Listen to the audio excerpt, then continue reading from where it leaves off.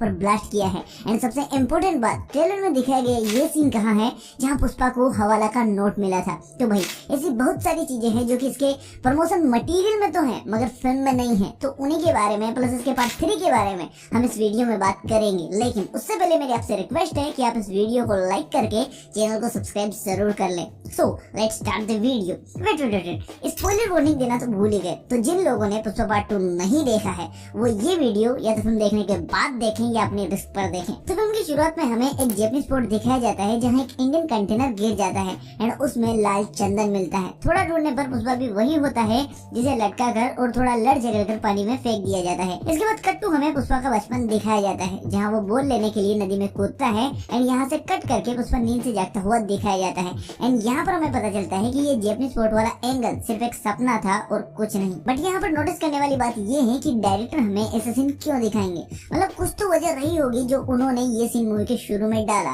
बाकी अगर आपको याद है और आपने अगर फिल्म ध्यान से देखी है तो ये सीन जिसमें पुष्पा को ये जैपनीज बंदा हवाला का नोट देता है ये इस पूरी फिल्म में हमें कहीं देखने को नहीं मिलता। मगर क्यों? और सिर्फ ये सीन ही नहीं, जोली रेड्डी वाला ये सीन जिसमें वो किसी पर गन ताने हुए है और पुष्पा का ये पीले कोट में बाहर आने वाला सीन, कोई भी सीन मूवी में नहीं है। ऊपर से इसका थर्ड पार्ट भी पुष्पा द रैम्पेज नाम से अनाउंस हो चुका है। तो मेरी जान, इसका मतलब है कि ये जो सीन्स जो ट्रेलर में थे मगर मूवी में नहीं है, तो भाई ये सीन्स पार्ट 3 के थे और आई थिंक इसके तीसरे पार्ट की भी काफी सारी शूटिंग हो चुकी है। बाकी अगर हम इसके एंडिंग सीन्स की बात करें तो पूरा मुलेटी परिवार एक हो जाता है और इसके जस्ट ऑपोजिट वीर प्रताप की फैमिली के 2 मेंबर्स गायब हो जाते हैं। मगर नोटिस करने वाली बात ये है कि यहाँ पर 2 गुलदस्ते हमें देखने को मिलते हैं, पहला वीर प्रताप के घर और दूसरा मुलेटी परिवार की शादी में। एंड दोनों पर से मोस्टर का लोगो हमें देखने को मिलता है। एंड इसके बाद ये कैरेक्टर जिसके पीछे भी ये वही लोगो है जो कि इस गुलदस्ते में है, तो ये यहाँ पर बटन दबाकर ब्लास्ट करता है। एंड नेक्स्ट प्रोबेबली ये ब्लास्ट पुष्पा फैमिली की शादी में हो सकता है जहाँ सब कुछ खत्म हो जाएगा और सिर्फ पुष्पा बचेगा और फिर वो इस बंदे से बदला लेगा, वो जमीन आसमान एक कर देगा। क्योंकि पुष्पा 2 में हम देख चुके हैं कि सिर्फ अपने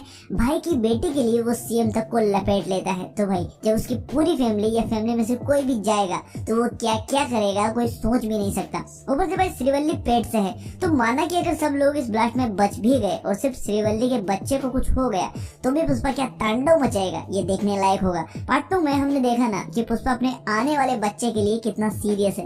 ऊपर से इसका नाम भी द रैम्पेज है जिसका मतलब होता है हिंसा। तो पार्ट 1 का नाम जैसे पुष्पा द राइज था तो उसमें पुष्पा का राइज हुआ, मतलब पुष्पा नीचे के लेवल से ऊपर के लेवल पर आया, उसने खुद की पहचान बनाई। फिर पार्ट 2 का नाम पुष्पा द रूल था जिसमें हमने उसे रूल करते देखा, यहाँ तक कि गवर्नमेंट के रूल से बड़ा उसका रूल है, जो उसने कह दिया सो कह दिया। और अब पार्ट 3 पुष्पा द रैम्पेज जिसमें उसके सिर पर खून सवार होने वाला है। वैसे बात करें अगर इस कैरेक्टर की तो ज्यादातर लोगों को लगता है कि ये शेखावत है और पहली नजर में तो मुझे भी ऐसा ही लगा था क्योंकि इसका ये हाथ जैसे ये बटन दबाता है वो जला हुआ है और शेखावत भी लाल चंदन की जगह शेंड्रा पकड़ने के बाद खुद ही उसे जलाता है ताकि उसकी बेइज्जती न हो और इस बीच वो खुद भी जलने की बात करता है ताकि लोगों को शक न हो कि उसने ही ये आग लगाई है। तो आई थिंक उस आग में शेखावत थोड़ा बहुत जल गया होगा और उसी के बाद का ये सीन है। तो भाई इस पर्सपेक्टिव से तो ये शेखावत ही है। लेकिन अगर हम वीर प्रताप की बात पर ध्यान दें तो भाई ये शायद कोई और नया कैरेक्टर हो सकता है जो कि इसके पार्ट 3 द रैम्पेज में मेन विलन का कैरेक्टर प्ले कर सकता है। तो मूवी के लास्ट में जब सारे पुष्पा के दुश्मन यहाँ पर इकट्ठे होते हैं जैसे जोली रेड्डी श्रीनु,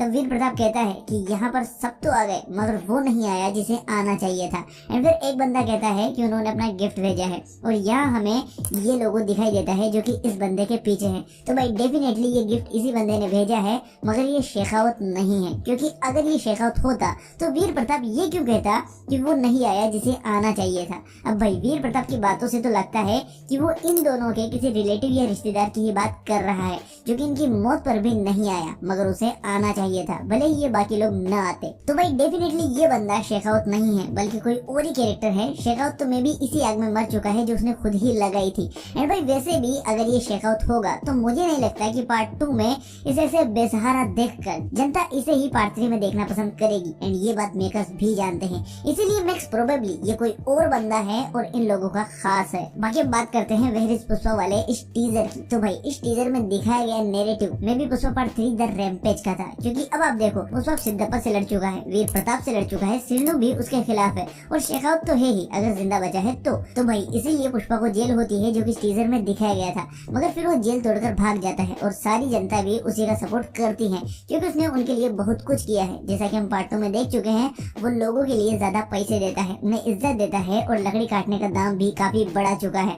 हर तरफ हर कोई उसी का फैन है। तो भाई ये टीजर आप मानो या न मानो, लेकिन पार्ट 3 का ही नैरेटिव है, जहाँ इसके पार्ट 3 की कहानी कुछ ऐसे ऐसे घूमेगी।